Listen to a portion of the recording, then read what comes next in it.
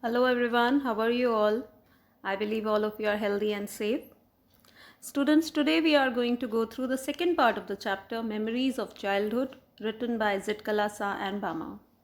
In the previous account, we learned about racial discrimination, written by Zitkalasa, the cutting of my long hair. This is the second account written by Bama, and it is entitled as We Too Are Human Beings. She is the writer of this account, and she went through her memories of childhood, some really harsh memories, to write them down and make people aware that how she came to know about a social stigma and how she overcame it too. Let's learn about the author. Bama is the pen name of a Tamil Dalit writer from a Roman Catholic family. She has published three main works: an autobiography, Karukku, in 1992, a novel, Sangati, in 1994, and a collection of short stories in 1996. The following excerpt has been taken from Karukku. Karukku means Palmyra leaves, which with their serrated edges on both sides are like double-edged swords. By a fallacious pun, the Tamil word karukku, containing the word karu, embryo or seed, also means freshness and newness. So let's learn about the theme of this particular account. It talks about untouchability, which is not only a crime, but it is inhuman too. This fact was brought in front of Bama by her brother Annan when she narrated the incident of a man bringing vadais for his landlord by holding the vada packet by a string. Bama belonged to a community which is considered untouchable and low caste. High caste people regarded them as very low people whose touch will pollute them. Annan told her that the only way to get back honor and dignity was to study hard and progress. Then only could they throw off all the indignities. So the main topic is about untouchability, and these are the vadais or the vada, popularly known to everybody nowadays. They are of various types. These are two of them. And then coming to the main issue, untouchability is the practice of ostracizing a group of people regarded as untouchables, resulting in the segregation and persecutions from the people regarded as higher class. As you can see in the picture, the higher class people would not touch the lower caste people, and they would not let the body or even the shadow touch them, and they thought that their shadow would also pollute them. So, this is how it was so much ingrained in the Indian society for centuries, and it is sadly still prevalent. I am not talking about untouchability, but the caste system is still there, and we must not practice it. We must not consider people to be untouchables only because of the point that they were born in a particular caste. So, coming to the summary of the chapter. When this particular account is visible in your books, you will notice that Bama has devoted a whole page in showing you that how she would be amused by all the novelties around her, and this shows that how loving she was about everything that was around her, and she was very carefree as a child, and how observant she was as a child that she noticed all these things. So this is the second part of the unit. The narrator takes us back to her childhood when she was a carefree child studying in third class. The walk from school to home was hardly of 10 minutes, but it would take her half an hour to 1 hour to cover the distance. The entertaining sights would tie her legs and stop her from going home. The performing monkey, the snake charmer, the cyclist who kept pedaling for many days, the Mariatta temple, and the Pongal offering being cooked outside it were just some of the interesting sights. And then there were other things going on in the market, like a political procession, puppet shows, and stunt performances. The market was full of seasonal fruits and stalls. The narrator felt spellbound by all the variety. So she would look at the snake charmers, the pongal offerings, the puppet shows. She was so much happy, amused. She never noticed that she was living in a society which was divided somehow. But one day she saw this incident. One day, when the narrator was returning home, she saw a threshing floor set up on her street. Threshing floor is a platform which is elevated so that somebody of a higher rank could sit there. A landlord was actually sitting there. A landlord was watching over the proceedings. The people of her caste were driving the cattle. Just then she noticed an elder of her street. He was carrying a small packet, holding it with a string. You must have seen this picture in the book. The manner in which the old man is carrying the food packet is indeed very strange. And when this little girl saw that, she was completely surprised to see that, and she started laughing. It contained some vadai, and the packet had become wet. The narrator thought to herself that the packet might come undone, but still the elder was not touching it. The way he walked made Bama shriek with laughter. So even this young girl could understand that holding something like that, a food item which had moisture inside it, and that is why the packet was becoming wet, and it could just torn open and all the vadas would be down on the ground. So why the elderly was carrying these vadas in such a manner? That is very foolish. Why was he not carrying them in a proper manner, holding them in his palm? She could not understand that at that particular time, but she was completely mesmerized that how could such an elderly with so much experience of life hold a food item in such a funny manner. Well, the elder crouched while handing over the packet to the landlord, and this is the crouching position. This is the position to show some respect. Even when the elderly was much older than the landlord, but he was crouching in front of him.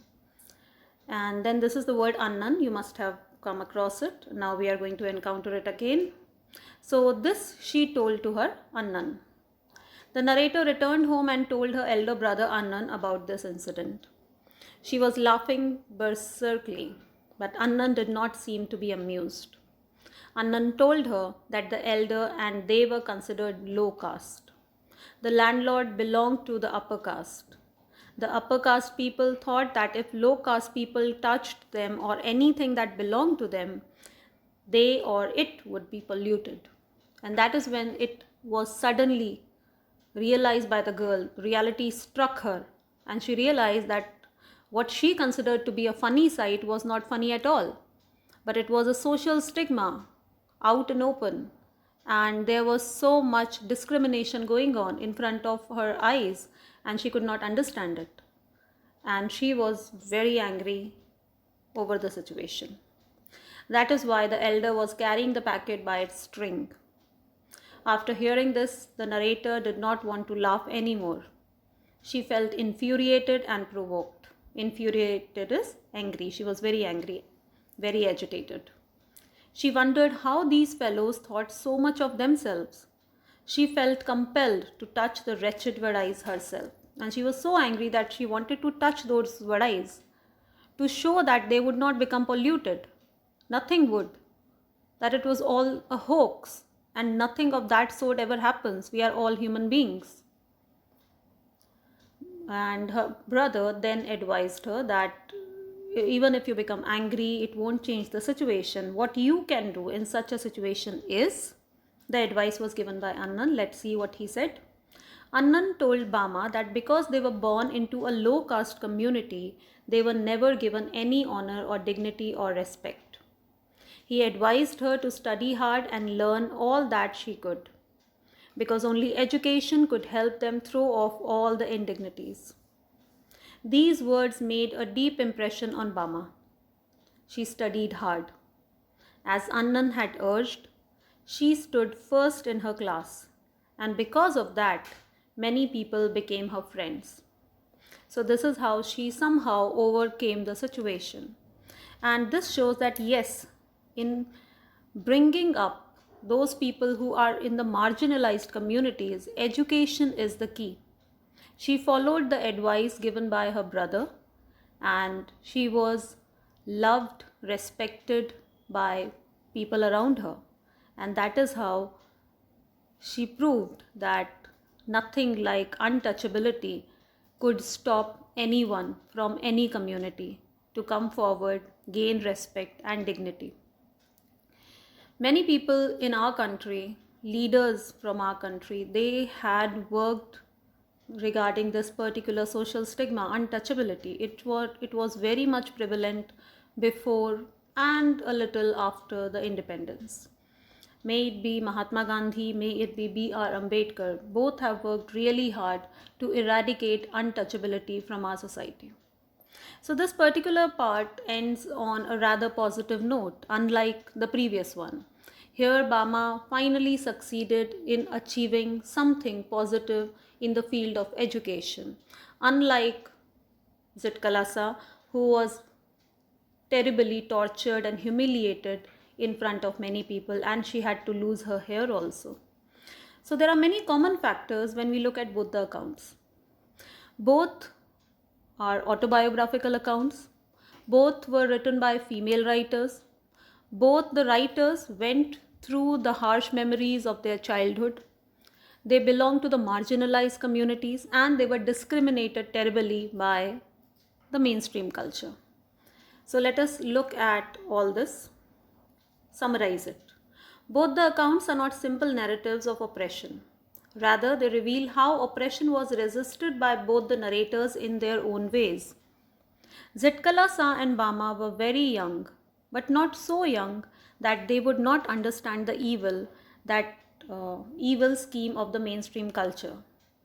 The injustice of their society did not escape their notice also. Their bitter childhood experience sowed the seeds of rebellion in them earlier on. So, besides many other common factors, this is also one common factor, that both the girls, they realized that something wrong was going on. There was a kind of discrimination, and both fought against that.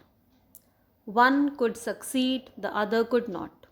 But they noticed, they realized, and they tried to find a way out of that particular situation in whichever way they could actually. So they fought against the discrimination. So even when there are these two types of discrimination, racial discrimination and the caste-based discrimination, but even the children, they realize that it's not right, it is wrong.